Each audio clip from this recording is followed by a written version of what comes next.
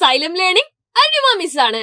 വളരെ ഇമ്പോർട്ടന്റ് ആയിട്ടുള്ള ഒരു ചാപ്റ്റർ ആണ് തിങ്കളും താരങ്ങളും, മൂൺ ആൻഡ് സ്റ്റാർസ് എന്ന് പറയുന്നത്. അപ്പൊ ഒരുപാട് ക്ലാസ്സുകളിൽ നിങ്ങൾ ഈ ചാപ്റ്റർ നല്ല അടിപൊളിയായിട്ട് പഠിച്ചിട്ടുണ്ട് അല്ലെ? അപ്പൊ എന്നാ ഇന്നൊരു ജ്യോതിശാസ്ത്ര ക്വിസ് ആയാലോ? ക്വിസ് മത്സരത്തിൽ പങ്കെടുക്കാൻ നിങ്ങൾക്ക് എല്ലാവർക്കും ഇഷ്ടമാണ് അല്ലെ? അപ്പൊ ഈ ഒരു ചാപ്റ്ററുമായിട്ട് ബന്ധപ്പെട്ട കുറച്ച് ചോദ്യങ്ങളുമായിട്ടാണ് മിസ് വന്നിരിക്കുന്നത്. അപ്പൊ നമുക്ക് ഓരോ ചോദ്യങ്ങളായിട്ട് പരിചയപ്പെടാം. അപ്പൊ മൂൺ ആൻഡ് സ്റ്റാർസ് അല്ലെ? അപ്പൊ ആദ്യത്തെ ചോദ്യം മൂണിനെ കുറിച്ച് തന്നെ ആയിക്കോട്ടെ. ആ ചോദ്യം ഇതാണ്: മൂൺ അഥവാ ചന്ദ്രൻ എന്ന് പറഞ്ഞാൽ എന്താണ്? ഇതൊരു ഗ്രഹമാണോ? ഇതൊരു ഉപഗ്രഹമാണോ? ഇതൊരു ഡോർഫ് പ്ലാനറ്റ്, കുള്ളൻ ഗ്രഹമാണോ? ഇവയൊന്നുമല്ല. എന്താണ് റൈറ്റ് ആയിട്ടുള്ള ആൻസർ എന്ന് പറയുന്നത്? മക്കൾ വേഗം ആലോചിച്ചു വെച്ചോ. ഇപ്പൊ തന്നെ മിസ് ഉത്തരവും പറഞ്ഞു തരാം. എന്താണ് മൂൺ എന്ന് പറയുന്നത്?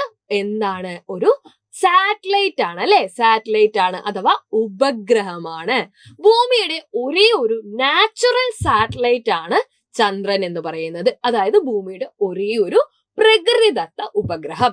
നമ്മൾ ഒരുപാട് കൃത്രിമ ഉപഗ്രഹങ്ങളെ കുറിച്ച് അയച്ചിട്ടുണ്ടെന്ന് നിങ്ങൾക്ക് എല്ലാവർക്കും അറിയാം അല്ലെ? അപ്പൊ എന്താണ്? ഒരേ ഒരു നാച്ചുറൽ ആയിട്ടുള്ള ഉപഗ്രഹമാണ് മൂൺ എന്ന് പറയുന്നത്. നെക്സ്റ്റ് ക്വസ്റ്റ്യൻ ഇതാണ്: ഭൂമിയെ ഒരു തവണ പരിക്രമണം ചെയ്യാൻ നമ്മുടെ ചന്ദ്രന് എത്ര സമയം ആവശ്യമാണ്?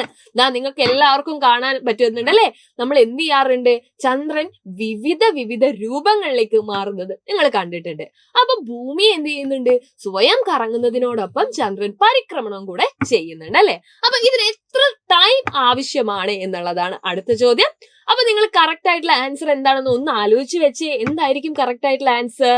യെസ്, കറക്റ്റ് ആണ്. 27 ദിവസമാണ് ചന്ദ്രന് പരിക്രമണം ചെയ്യാൻ വേണ്ട സമയം എന്ന് പറയുന്നത്. ക്ലിയർ ആണോ എല്ലാവർക്കും? ഇതെല്ലാവർക്കും മനസ്സിലായോ?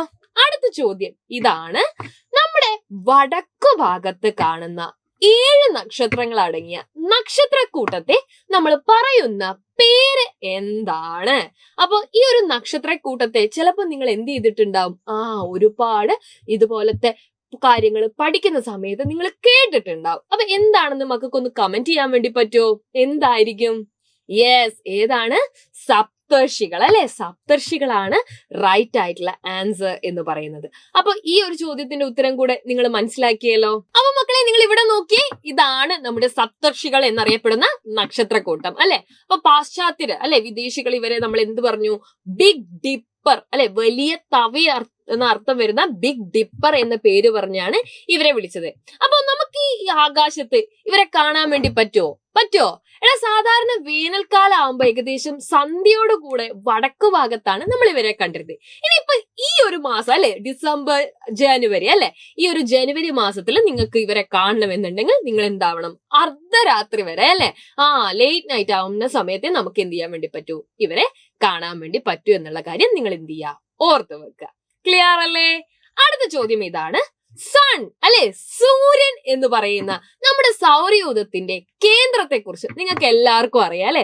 സൺ എന്ന് പറയുന്നത് എന്താണ്? ഈ ലോകത്തെ എല്ലാവർക്കും എല്ലാ എനർജി സോഴ്സിന്റെയും അൾട്ടിമേറ്റ് ആയിട്ടുള്ള ആളാണ് സൺ എന്ന് പറയുന്നത്. അപ്പൊ സൺ എന്ന് പറഞ്ഞാൽ എന്താണ്?